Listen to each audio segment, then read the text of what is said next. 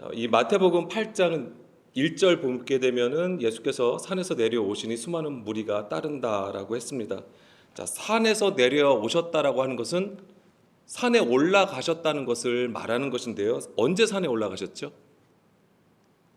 자, 우리가 이제는 이 마태복음 전체적인 그 내용을 좀 살펴볼 때에 마태복음 5장을 보게 되면 5장 1절 말씀입니다.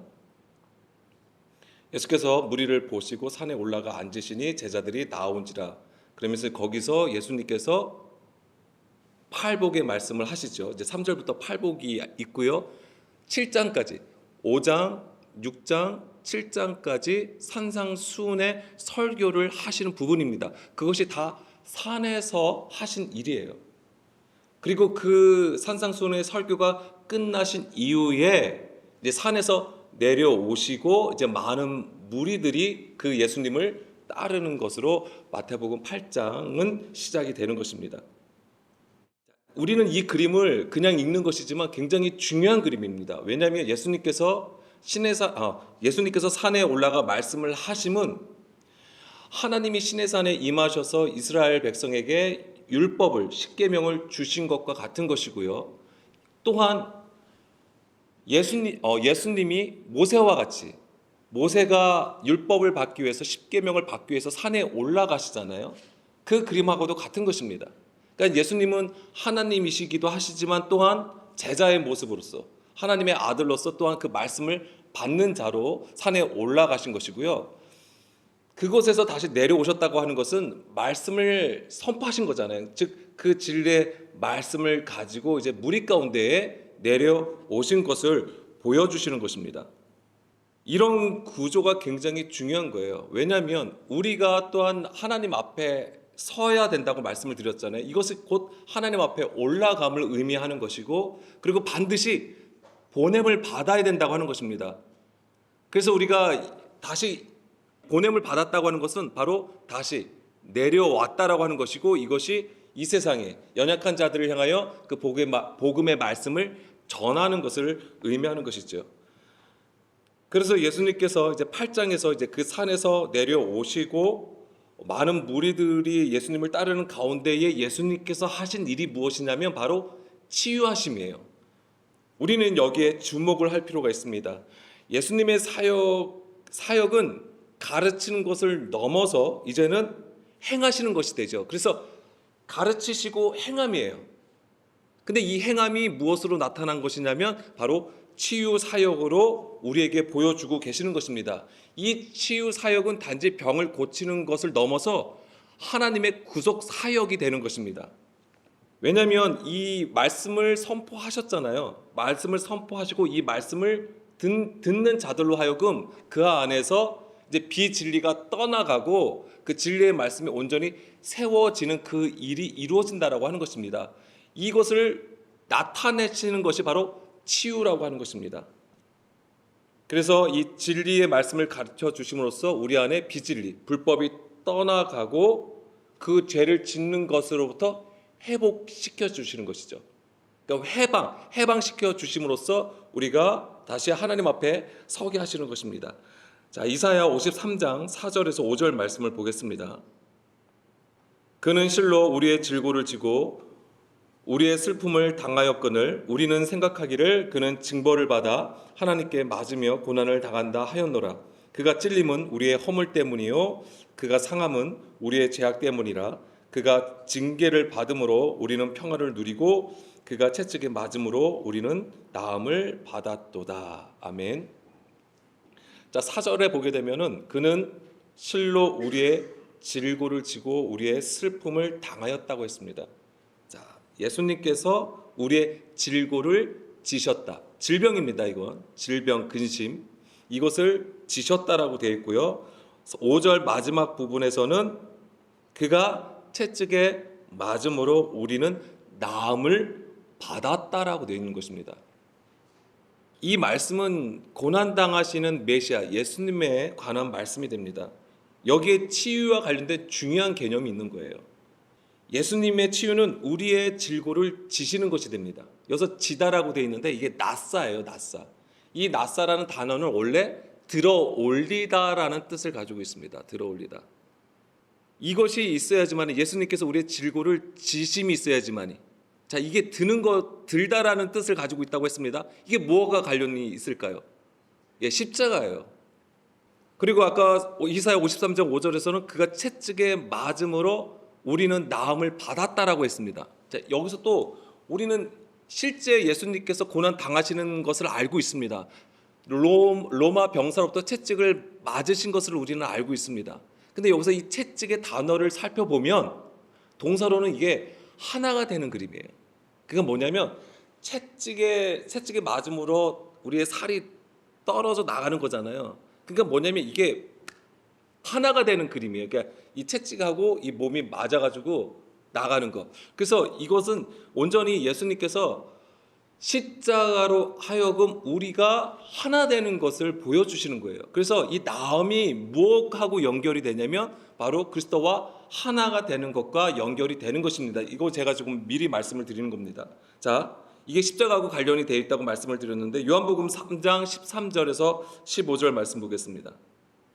자, 하늘에서 내려온 자 곧 인자 외에는 하늘에 올라간 자가 없느니라. 모세가 광야에서 뱀을 든 것 같이 인자도 들려야 하리니 이는 그를 믿는 자마다 영생을 얻게 하려 하심이니라. 아멘. 자, 우리는 이 말씀을 예수님께서 십자가를 지셨다는 것으로 이제 이해가 되는 것이죠. 자, 13절하고 14절 말씀을 보게 되면은 하늘에 올라감이 곧 무엇입니까? 인자의 들림과 대꾸를 이루는 거예요. 하늘에 올라갔다는 것이 뭐냐면 인자가 들린다라고 하는 겁니다. 인자의 들림이 무엇을 의미하는 거예요? 예수님께서 십자가에 달리신 것을 의미하는 것입니다. 이게 하늘에 올라갔다라고 하는 거예요. 이런 영적 구도를 우리가 가지고 있어야 된다고 하는 것입니다. 그래서 예수님께서 산에 올라가셨다고 하는 것이 곧 하늘에 올라간 것을 의미하는 거예요. 하나님 앞에 선 것을 얘기하는 것이거든요. 근데 그것이 단지 우리는 그냥 산에 올라가는 그림이지만은 어떤 등산의 그림을 가지고 있는 것이지만 그것의 실제는 뭐였냐면 바로 예수님께서 십자가를 지시는 것이었습니다. 예수님은 육신을 가지신 분이잖아요. 근데 그분이 하나님 앞에 설 수 없음에도 불구하고 그분은 하나님 앞에 나갔습니다. 어떻게 해요? 십자가를 짐으로써 나가는 거예요. 그리고 그분은 다시 내려오셨습니다. 어떻게 내려오셨습니까? 어떻게 내려오신 거죠?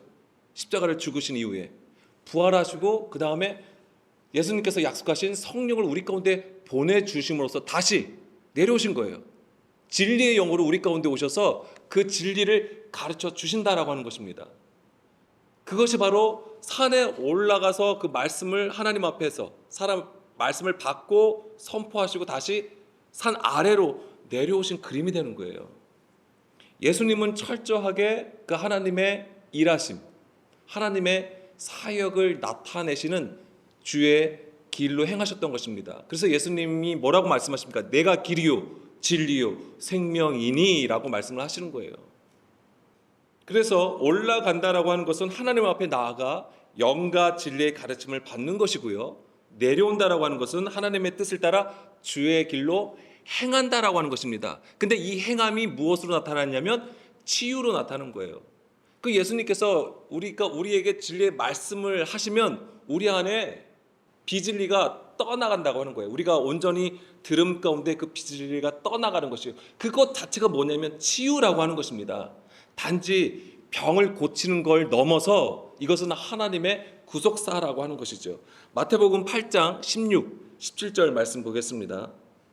저물매 사람들이 귀신 들린 자를 많이 데리고 예수께 오거늘 예수께서 말씀으로 귀신들을 쫓아내시고 병든 자들을 다 고치시니 이는 선지자 이사야를 통하여 하신 말씀에 우리의 연약한 것을 친히 담당하시고 병을 짊어지셨도다 함을 이루려 하심이더라. 아멘. 이것이 이사야 53장의 그 말씀이잖아요. 그거와 연결되는 것입니다. 그런데 여기서 보면 예수님께서 귀신들을 쫓아내시고 병든 자를 고치셨어요. 무엇으로요? 말씀으로 고치셨다라고 하는 겁니다. 성경에서 질병이 나옵니다. 여러 가지의 질병이 나오죠. 중풍병자도 나오고 나병 환자도 나오고 귀신 들린 자도 나오고 혈루병을 앓는 여인도 나옵니다. 근데 성경에서 실제 그 당시에는 그런 병들이 있었겠죠. 오늘날에도 많은 병들을 가지고 있습니다. 근데 성경에서 이 병은 무엇을 상징합니까? 죄를 상징하는 것입니다. 죄의 나타남을 우리에게 말한다고 하는 것입니다. 그리고 특별히 우리가 집중해야 되는 것은 그 병을 기록을 하고 있잖아요. 그 병에 대한 증상이 나와요. 그 증상이 무엇을 얘기하는지를 우리가 읽어낼 수 있어야 되는 것입니다. 오늘 이제 특별히 이 마태복음 8장에서 예수님께서 내려오셨어요. 가장 먼저 고침을 받은 자가 누굽니까? 나병 환자입니다. 이 나병 환자가 처음 등장한 것도 하나님의 뜻이 있는 것이, 하나님의 가르침이 있다라고 하는 것입니다. 자, 여기서 8장 16절에 보기에는 귀신 들린 자가 나오잖아요. 이 귀신 들린 자라고 하는 것은 더러운 영이에요. 이 더러운 영이라고 하는 것은 바로 비진리, 사람의 계명, 가르침을 가리키는 것입니다. 이런 것들이 다 귀신 들린 것이라고 하는 거예요. 그런데 예수님은 그 말씀, 진리의 말씀으로 그 귀신들을 쫓아내시는 것이죠. 그것이 바로 하나님 나라가 세워지는 것을 말합니다. 다시 마태복음 8장 1, 2절 말씀으로 돌아가겠습니다. 그래서 예수님께서 내려오실 때에 많은 무리들이 쫓았고 그중 한 나병 환자가 예수님 앞에 나와서 이제 깨끗함을 받는 장면이 됩니다. 자, 그러면 나병을 우리가 좀 알을 필요가 있습니다. 나병의 증상을 보게 되면 나병의 증상 중에 하나가 뭐냐면, 가장 특징적인 게 하나가 뭐냐면 겉이 하얗게 되는 것입니다. 겉이 하얗게 되는 거예요. 이것이 의미하는 것이 무엇일까요? 외식입니다. 외식. 자, 그래서 마태복음 23장 26절, 28절 말씀을 보겠습니다. 눈먼 바리새인이여, 너는 먼저 안을 깨끗이 하라. 그리하면 겉도 깨끗하리라. 화 있을진저 외식하는 서기관들과 바리새인들이여, 회칠한 무덤 같으니 겉으로는 아름답게 보이나 그 안에는 죽은 사람의 뼈와 모든 더러운 것이 가득하도다. 이와 같이 너희도 겉으로는 사람에게 옳게 보이되 안으로는 외식과 불법이 가득하도다. 자, 하나님 앞에 나아갑니다. 그들이 성전으로 갈 때에 무덤이 있으면 안 돼요. 그들이 죽은 자를 보거나 만지는 것 자체를 부정하게 여기는데 하나님을 향하여 가잖아요. 정말 거룩한 그들의 어떤 행위와 길이었단 말이에요. 그런데 가다가 무덤을 보는 것은 부정하게 되는 거예요. 그러니까 어떻게 합니까? 하얗게 칠해버리는 거예요. 그것에 대해서 예수님이 말씀을 하시는 것입니다. 그러니까는 그들이 가지고 있는 것은 뭐냐? 이게 바로 영적 나병이라고 하는 거예요. 예수님께서 진단하신 거예요. 그들의 율법의 행위를 보고 이것이 나병이라고 말씀을 하시는 부분입니다. 겉으로 행하여 의를 추구하는 그 신앙이 바로 외식이었던 것이고, 그것이 바로 나병이 되는 것입니다. 그러면은 구약에서 보면 이 나병에 걸린 자는 어떻게 됩니까? 나병에 걸렸어요. 진단을 받았어요. 그러면 진영 안에 있질 못해요. 진영 밖으로 추방이 됩니다. 쫓겨나게 됩니다. 자, 민수기 5장 2절에서 3절 말씀이요. 이스라엘 자손에게 명령하여 모든 나병 환자와 유출증이 있는 자와 주검으로 부정하게 된 자, 이런 자는 다 진영 밖으로 내보내되. 예, 그렇습니다. 나병 환자, 유출병이 있는 자, 주검으로 부정하게 된 자는 진영 안에 있질 못해요. 밖으로 쫓겨나게 됩니다. 남녀를 막론하고 다 진영 밖으로 내보내요. 그들이 진영을 더럽히게 하지 말라. 내가 진영 가운데에 거하느니라 하시매. 진영 안이라고 하는 것은 바로 하나님이 있다라고 하는 거예요. 하나님이 계심을 얘기하는 것이고, 이 얘기는 그들이 나병과 유출병과 주검으로 부정하게 된 자들은 어떻게 된가? 하나님과 함께 할 수 없음을 보여주는 그림이에요, 이게. 물론 실제적으로 진영 밖에서 그들이 지내게 되는 것이지만, 이것이 의미하는 것은 뭐냐면 우리가 부정하게 되고 죄를 가지게 되면 하나님과 함께 할 수 없음을 말씀해 주시는 것입니다. 자, 이런 그림들은 창세기 3장에서도 우리가 볼 수 있는 거예요. 처음부터. 자, 마귀는 뱀의 미혹으로 선악을 알게 하는 나무를 먹게 하잖아요. 그걸 먹게 함으로써 뭐예요? 하나님의 뜻에 서지 못하고 사람의 뜻을 쫓아 사람의 일로 행하게 한다고 하는 것입니다. 그것으로 어떻게 되는 겁니까? 불법을 행한다고 하는 거예요. 그렇게 함으로써 어떻게 되는 거죠? 에덴 동산에서 쫓겨난다고 하는 거예요. 바로 그 얘기입니다. 하나님과 함께 하지 못하는 상태로 만든다라고 하는 것이죠. 이것이 바로 마귀의 일이었던 것인데, 그래서 하나님은 그 불법을 행하는 자들을 어떻게 합니까? 그 에덴 동산에서 추방시키잖아요. 그것이 바로 하나님의 심판을 의미하는 것입니다. 그러니까 하나님의 심판은 우리가 어떤 큰 일을 당하고 어려움을 당하고 그런 것들로 이야기할 수 있는 것이지만, 가장 근본적인 것은 뭐냐면 하나님이 함께 하시지 않는다라고 하는 거예요. 이게 가장 큰 심판이에요. 그래서 이스라엘 백성들이 바벨론으로 이방, 열방으로 끌려가는 그림들이 다 그런 얘기예요. 그들이 하나님 앞에 범죄합니다. 패역함으로써 범죄하게 되죠. 그들이 특별하게 잘못한 어떤 사회적인 죄로 인한 것보다는 하나님의 말씀에 순종하지 않았던 거예요. 하나님의 뜻을 깨닫지 못하고 자기가 원하는 것, 자기의 뜻대로 스스로 의롭다고 하는 행위들을 하였던 것이죠. 그것 때문에 하나님께서는 그들을 이방으로 추방시키시는 거예요. 그것이 바로 아수르와 바벨론에 의해서 이제 북이스라엘 남유다가 망하는 것이고, 이제는 포로로 끌려가는 것이 됩니다. 이것이 바로 하나님께서 약속하신 그 지경, 거기서부터 추방된 것을 보여주는 것입니다.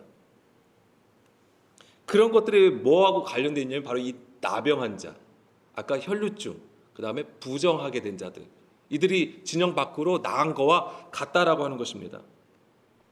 레위기 13장 45절 46절 말씀해 보게 되면, 나병한 자는 옷을 찢고 머리를 풀면 윗 입술을 가리고 외치기를 부정하다 부정하다 할 것이요.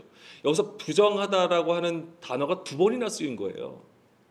이것이 바로 이렇게 쓰여진 이유가 바로 그 창세기 3장의 그 일 때문에 그런 것이죠. 그거와 같다라고 하는 거예요. 병 있는 날 동안은 늘 부정할 것이라. 그가 부정한즉 혼자 살 때 진영 밖에서 살지니라. 단지 아파서 병자이기 때문에 분리시킨 것을 얘기하는 게 아닙니다. 성경에서는 이것이 하나님과 함께하지 못하는 상태라고 하는 것이죠.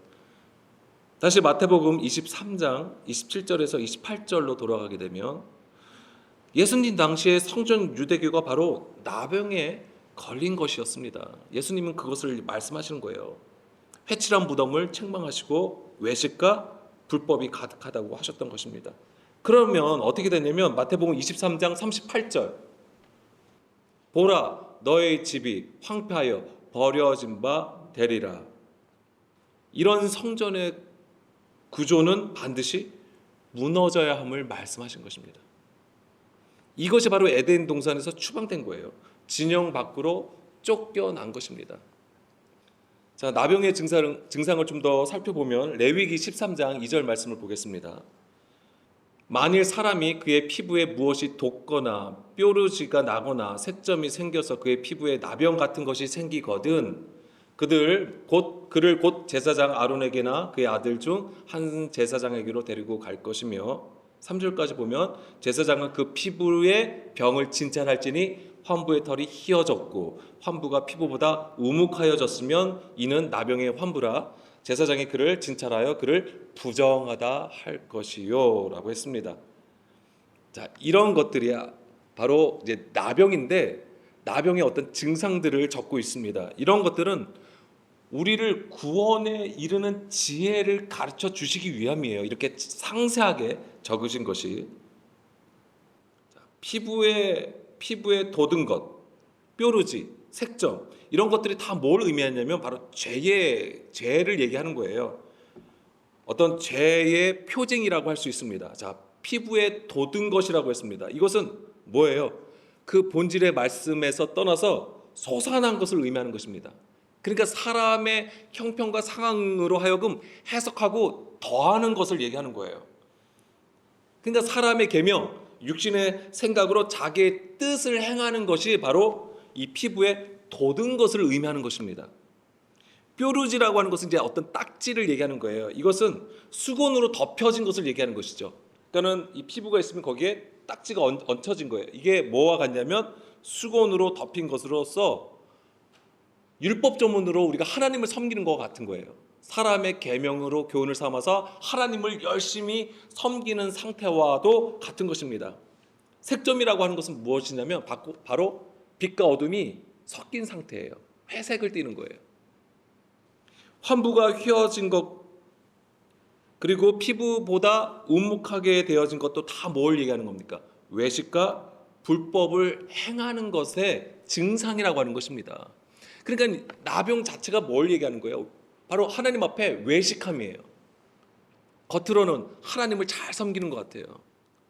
그렇지만 그 마음은 뭐예요? 딴 데가 있는 거예요. 딴 데 가 있다고 해서 뭐 하나님을 안 찾는다는 얘기가 아니에요. 하나님을, 내가 원하는 하나님을 찾는 거예요. 사실 대부분 우리가 그런 자일 수 있는 것입니다. 그렇지만 하나님은 우리의 그 연약함도 아세요. 그래서 예수님께서 그 질고를 지고, 우리의 질고를 지시는 것입니다. 그게 바로 십자가상에 달리신 것을 의미하는 거예요. 그러니까 우리가 반드시 바르게 알아야 되는 것은 나병이 걸린 것 자체를 부정하고 죄로 여기시는 것이 아니라, 그거 그냥 나병 환자가 있죠. 그 사람 자체를 하나님이 미워하시거나 부정하게 보시는 게 아니라고 하는 거예요. 그렇게 되면 우리가 하나님 앞에 설 자가 아무도 없죠.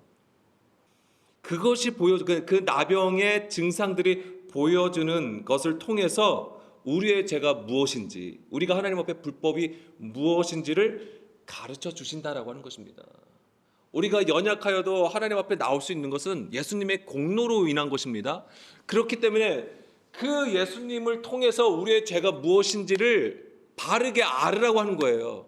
우리가 하나님 앞에 바르게 서려면 먼저 우리의 죄가 무엇인지를 알아야지만이 하나님 앞에 나갈 수 있는 것입니다. 내가 무엇을 잘못하고 있는지도 모르면서 그냥 찬양하고 기도하고 예배드리면 그것이야말로 정말 하나님 보시기에 가증한 것이 됩니다. 그렇기 때문에 우리가 예수님을 아는 것이 너무나도 중요합니다. 자, 민수기 12장 14절 말씀 보겠습니다. 나병에 대해서 우리가 구체적인 어떤 사례들을 통해서 이제 보기를 원하는데요. 여호와께서 모세에게 이르시되 그의 아버지가 그의 얼굴에 침을 뱉었을지라도 그가 이레 동안 부끄러워하지 않겠느냐. 그런즉 그를 진영 밖에 이레 동안 가두고 그 후에 들어오게 할지니라 하시니, 이에 미리암이 진영 밖에 이레 동안 갇혀 있었고 백성은 그를 다시 돌아오게 하기까지 행진하지 아니하다가. 아멘. 자, 민수기 12장에서는 무슨 얘기가 나옵니까? 아론과 미리암이 모세를 비방합니다. 왜요? 모세가 구스 여인을 취하잖아요. 그것으로 아론과 미리암이 비방을 하게 됩니다. 그것 때문에 미리암이 어떻게 되죠? 나병에 걸립니다. 미리암이 나병에 걸린 이유가 뭐였냐면 비방한 것 때문에 그런 거예요. 이 비방. 자, 이 비방이 무엇입니까? 막 우리가 생각할 때는 너 그러면 안 된다고 막 비판하고 욕하고 막 그런 걸 얘기하는 게 아니에요. 라쇼나라, 악한 말을 했다고 하는 거예요. 악한 말. 그럼 이 악한 말이 뭐냐 이거죠. 하나님의 뜻을 깨닫지 못하고 자기가 생각하는 것, 자기가 가지고 있는 것으로 말하여진 것을 얘기하는 것입니다. 그러니까 뭐예요? 하나님의 뜻을 사람의 생각, 육신의 생각으로 판단해 버리는 것을 얘기하는 것입니다. 이 라쇼나라, 악한 말을 악평한다고 하는 거예요. 이 악평이 또 어디서 나옵니까? 가나안 정탐에서 나오잖아요. 하나님께서 이스라엘이 가나안 정탐을 했습니다. 갈렙과 여호수아를 제외하고 10지파의 사람들이 다 하나님이 약속한 그 지경에 대하여 악평해 버려요. 불평 불만을 하게 됩니다. 그래서 어떻게 됩니까? 그들이 38년 동안 광야를 거닐게 되는 거예요. 그것도 왜 그렇습니까? 그들이 악평해서 그런 거예요. 라쇼나라, 악한 말을 했다고 하는 것입니다. 지금 미리암이 바로 이 악평한 것 때문에, 비방한 것 때문에 나병에 걸리게 된 것이죠. 자, 마태복음 8장 3절 말씀을 보겠습니다. 예수께서 손을 내밀어 그에게 대시며 이르시되 내가 원하노니 깨끗함을 받으라 하시니 즉시 그의 나병이 깨끗하여진지라.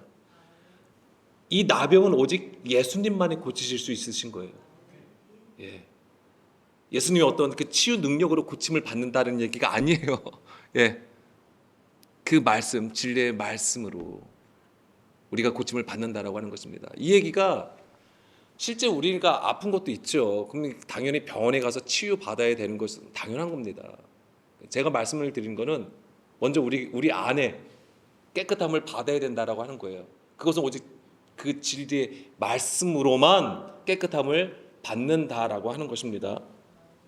근데 여기서 사실 보면 예수님께서 손을 대시고 그를 고쳐주시잖아요. 나병 환자를 깨끗하게 고쳐주시잖아요. 문제가 있어요. 어떤 문제가 있을까요? 나병 환자를 어떻게 지금 하죠? 부정하다고 했잖아요. 그러면 나병 환자를 만지면 그것 또한 어떻게 되는 거예요? 왜 부정하게 되는 거잖아요. 사실 율법적으로 보게 되면 이것도 문제가 있을 수 있는 거예요. 그렇지만 예수님은 어떤 분이세요? 예, 율법을 완전케 하시는 분이라고 하는 거예요. 완전케 하시는 분. 율법이 잘못되어서 폐하러 오신 분이 아니고 완전케 하시는 분이라고 하는 것입니다. 그래서 그분은 손을 대시고 말씀하심으로써 이제 나병 환자를 고쳐 주시게 됩니다. 자, 4절 말씀도 보게 되면 예수께서 이르시되 삼가 아무에게도 이르지 말고 다만 가서 제사장에게 내 몸을 보이고 모세가 명한 예물을 드려 그들에게 입증하라 하시니라라고 했습니다. 이것은 레위기 15장 30절 말씀 보겠습니다. 이 말씀을 따라서 예수님도 행하신 거예요. 그렇게 말씀하신 것입니다. 제사장은 그 한 마리로 속죄제로 다른 한 마리로 번제로 드려 유출로 부정한 여인을 위하여 여호와 앞에서 속죄할지니라. 너희는 이와 같이 이스라엘 자손이 그들의 부정에서 떠나게 하여 그들 가운데 있는 내 성막을 그들이 더럽히고 그들이 부정한 중에서 죽지 않도록 할지니라라고 했습니다. 그 부정한 자들이 이제는 진영 밖에 있다가 다시 돌아오게 되면 자, 이것으로 이제 속죄의 증거를 삼게 되는 것이죠. 예수님도 이것 때문에 그렇게 말씀하시는 거예요. 그러니까 예수님은 율법을 폐하러 오신 게 아니었어요.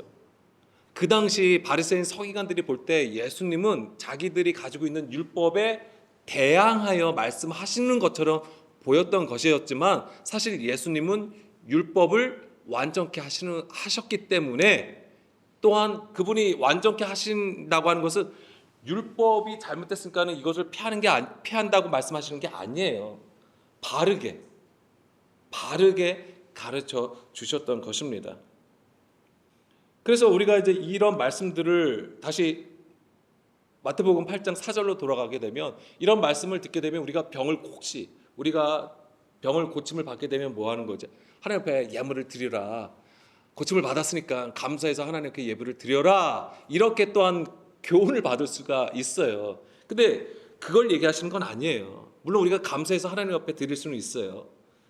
근데 그것이 성경에 그렇게 기록했기 때문에 해야 된다라고 하는 것은 아닙니다. 예수님께서 이렇게 말씀하신 것도 그런 것이 아니죠. 감사해서 예물을 드리라는 말이 아닙니다. 뭐냐면 그 부정함 때문에 하나님 앞에 나아가지 못했던 거잖아요. 하나님께 나아가지 못하였던 그 예배하지 못한 것에서부터 해방시켜 주시는 말이에요. 이제는 너가 비로소 깨끗함을 받아서 하나님께 나아갈 수 있다. 즉 너가 하나님과 하나가 될 수 있다라고 말씀하시는 부분이에요. 성경에서 제사라는 것이 있습니다. 제사. 자, 제사는 우리는 하나님 앞에 뭔가 드려서 예물을 드린다라고 생각을 하는 것이지만 그것의 원래 뜻은 무엇이냐면 하나님께 가까이 나아가다라는 뜻이에요. 원래 제사라는 게. 그러니까 우리가 제사를 드린다고 하는 것은 예배를 드린다고 하는 것은 하나님께 가까이 나간다라는 의미예요. 이게 가장 커요. 물론 우리가 교회를 운영하고 어떤 모임을 운영할 때에 헌금 예물이 필요한 것이지만은 가장 중요한 본질은 뭐냐면 하나님 앞에 가까이 나간다라고 하는 것입니다. 그게 가장 중요해요. 그런데 예수님 당시에는 이것조차가 이루어지지 못했던 거예요. 마태복음 15장 8절 9절 우리가 다 아시는 말씀인데 예수님이 뭐라고 하셨냐면 이 백성이 입술로는 나를 공경하되 마음은 내게서 멀다라고 하시는 거예요. 바로 이 상태예요. 왜냐하면 나병이 걸려있는 상태라고 하는 것입니다. 추방되어 있는 상태예요. 하나님이 보시기에는 그들은 살았다 하나 죽은 자들과 같았던 것입니다. 나병한 자와 같다라고 하는 거예요. 추방되어 있는 거예요. 하나님과 멀어져 있는 것을 얘기하는 것이죠. 근데 이런 구조는 그 당시에만 머물렀던 게 아니에요. 구약시대도 그렇고요. 특별히 우리가 볼 것은 창세기 11장을 좀 보겠습니다. 창세기 11장에는 어떤 사건이 있습니까? 바벨탑 사건이 있는 거예요. 바벨탑 사건. 그러니까 여기서부터 이 외식하는 구조가 나오게 되어 있어요. 물론 죄로 보자면 창세기 3장부터 우리가 보는 것이지만은 그 추방된 이후, 에덴 동산에서 추방된 이후에 보게 되면 바로 이 바벨탑 사건에서도 우리는 이 율법 아래에서 율법의 행위로 하나님 앞에 불법을 저지르는 것을 보게 됩니다.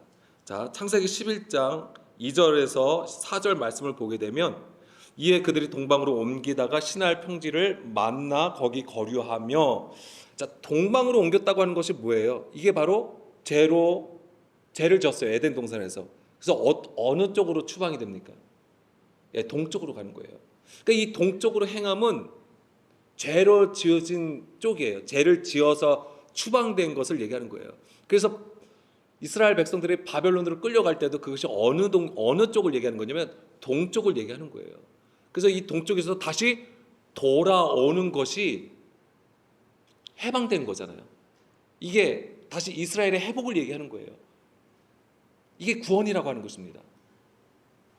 자, 동방으로 옮기다가 시날 평지에서 이제 거류하게 되죠. 그러니까 거기서 어떤 일을 합니까? 서로 말하되, 자, 벽돌을 만들어 견고히 굽자 하고 이에 벽돌로 돌을 대신하여 역정으로 진흙을 대신하고, 자, 그 다음에 4절 또 말하되, 자, 성읍과 탑을 건설하여 그 탑 꼭대기를 하늘에 닿게 하여 우리 이름을 내고 온 지면에 흩어짐을 면하자 하였더니. 왜 이런 일을 합니까?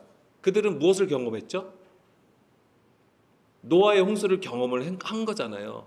그러니까 그들은 나름대로의 경험을 가지고 나름대로 자기들의 힘과 자기들의 지식을 가지고 그 모든 죽음에서 면하고자 했던 거예요. 그래서 이제 어떤 홍수가 와도 잠기지 않을 만큼, 땅에 닿을 만큼 탑을 쌓자라고 했던 것입니다. 그런데 그들이 탑을 쌓는 방법이 무엇입니까? 벽돌을 만드는 것이었습니다. 벽돌을 만들어서 탑을 쌓는 것이었습니다. 이게 벽돌로 탑을 만드는 것이 뭐냐면 레베나 라반이라는 단어가 쓰여 있어요. 레베나 라반. 혹시 라반 아십니까? 야곱의 외삼촌이 되는 것이죠. 히다라는 의미를 가지고 있습니다. 이 레베나도 히다라는 뜻을 가지고 있습니다. 그러니까 이게 뭘 얘기하는 거예요? 히다. 아까 나병의 증상 중에 하나가 무엇이었습니까? 겉이 하얗게 되는 것이죠.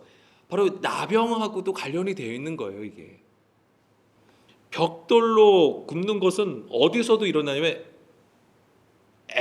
출애굽 당시에 건축을 할 때도 벽돌로 만들잖아요. 벽돌을 만들어서 국고성을 쌓고 람셋을 만들었던 거잖아요. 그런 것들이 다 무엇입니까? 자기의 힘으로 사람의 일로 하나님을 섬기는 것을 보여주는 거예요. 다 외식이에요. 외식. 근데 하나님이 교회를 세우신 것, 성전을 세우는 건 뭘로 세우십니까? 돌로 세우시는 거예요. 돌.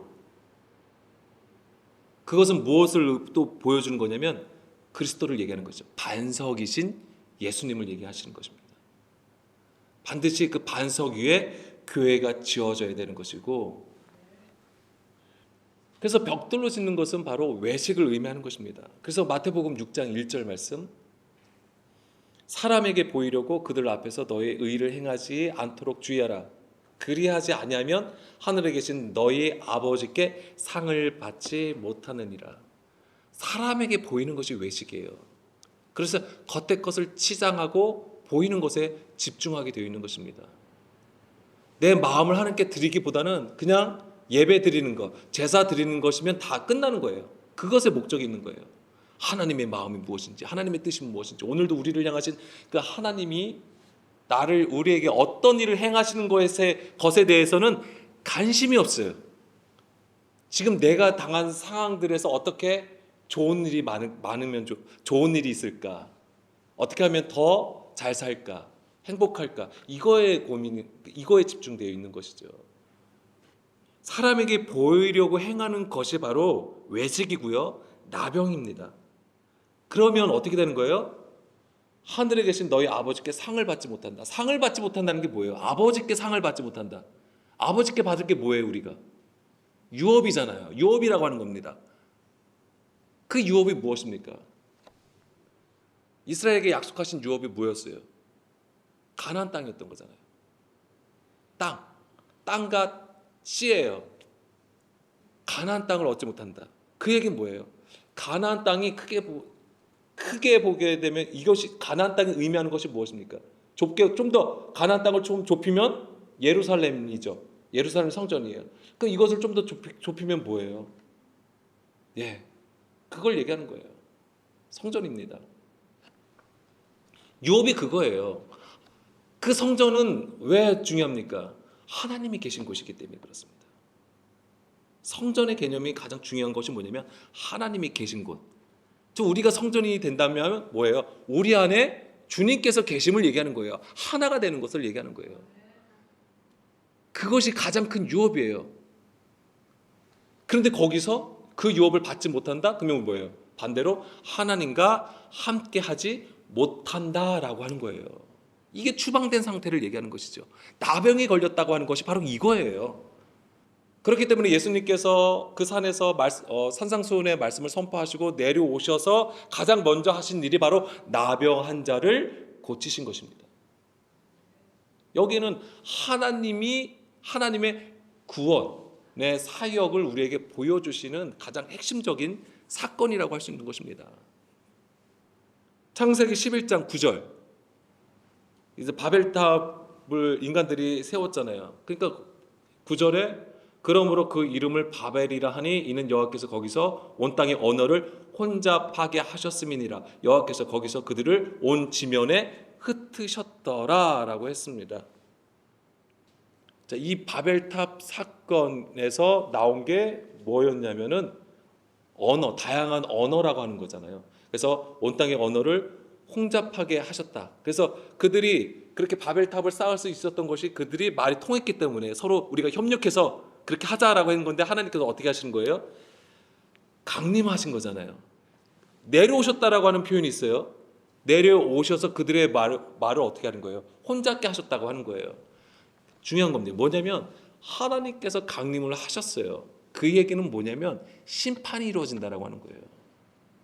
그 하나님의 심판이 이루어지니까 뭐예요? 열방으로 온 지면에 흩어졌다. 그러니까 이스라엘 백성들이 하나님을 섬기고 있었지만 그들이 외식한 불법 때문에 하나님이 그들의 범죄를 어떻게 심판하시는 거예요. 그게 하나님의 강림이 임하신 거와 같은 것이고 그들을 어떻게 하신 거예요? 바벨론으로 끌고 포로가 되게 하신 거예요. 다 마찬가지입니다. 지금 이런 그림들이 계속해서 반복해서 나오는 거예요. 그런데 온 땅의 언어가 혼잡하게 하셨다고 하고 그들을 흩으셨다고 했어요. 이게 언제 회복이 돼요? 이게 언제 회복이 됩니까? 사도행전 2장 오순절 성령 강림이 강림하심으로써 이 일이 회복되는 것입니다. 그 얘기는 미리 말씀드리면 우리 안에 이 열방으로 흩어졌잖아요. 이것이 언제 회복이 되냐면 성령님이 우리 안에 오실 때에. 성령님은 진리의 영입니다. 우리 안에 진리의 말씀을 가지고 주의 말씀에 순종하여 따라갈 때에 이 일이 회복이 된다. 이것이 치유가 된다라고 하는 거예요. 자, 사도행전 2장 8절 말씀을 보겠습니다. 우리는 사도행전의 성령 강림을 통해서 우리는 어떤 방언 얘기를 많이 하는데 방언이 바로 그거예요. 방언이 무엇입니까? 하늘의 일을 말하는 거예요. 자, 8절 보게 되면 우리가 각 사람이 난 곳 방언으로 듣게 되는 것이 어찌 됨이냐. 자, 성령님이 임하였어요. 불의 혀가 막 각 사람마다 위에 있어요. 그러니까 그들이 뭘 합니까? 방언을 하게 된 거예요. 그것을 예루살렘에 온 자들이 그 소리를 듣는 거예요. 각 지역에 있는 방언들로 자기들이 사는 그 지역의 방언들을 그곳에서 듣는다라고 하는 거잖아요. 우리가 우리 각 사람이 난 곧 방언으로 듣게 되는 것이 어찌 됨이냐라고 하는 겁니다. 그러니까는 우리는 바데인가 메데인가 엘람인가 또 메소포타미아, 유대와 갑바도기아, 본도와 아시아 이렇게 해서 각 지역이 쭉 나와요. 그리고 10절, 11절 보겠습니다. 그러면서 여러 지방에 사는 사람들과 로마로부터 온 나그네 곧 유대인과 유대교에 들어온 사람들과 그레데인과 아라비아인들이라 우리가 다 우리의 각 언어로 하나님의 큰 일을 말함을 듣는도다라고 하는 거예요. 이게 뭐예요? 이것은 뭐이라고 해요? 흩어졌던 사람들이 어떻게 되는 거예요? 모이는 거잖아요. 모여서 들었다라고 하는 거예요. 물론 우리가 흔히 말하는 여기서 각 지방의 언어들로 말하니까 우리가 방언은 각 지방의 언어로 말하는 것이다라고 얘기하는 사람도 있어요. 물론 겉으로는 그렇습니다. 그렇지만은 여기서 제일 중요한 건 뭐냐면 그들이 성령 강림하심과 동시에 뭐예요? 그들이 그 언어를 듣고 깨달은 것이 뭐예요? 하나님의 큰 일을 말함이다라고 하는 거예요. 그러니까 지금 이 사건은 바벨탑 사건하고 반대예요. 그들은 심판을 받아서 흩어졌어요. 반대로 여기서는요. 물론 이것은 절기를 따라 물론 디아스포라 됐던 유대인들이 하나님의 성전으로 향한 것이죠. 그 예루살렘 성전에 모이는 것을 얘기하는 거예요. 이것에 그들이 모이게 돼 있어요. 자, 흩어졌던 자들이 모이는 것입니다.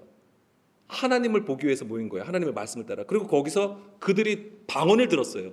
근데 그것이 뭐예요?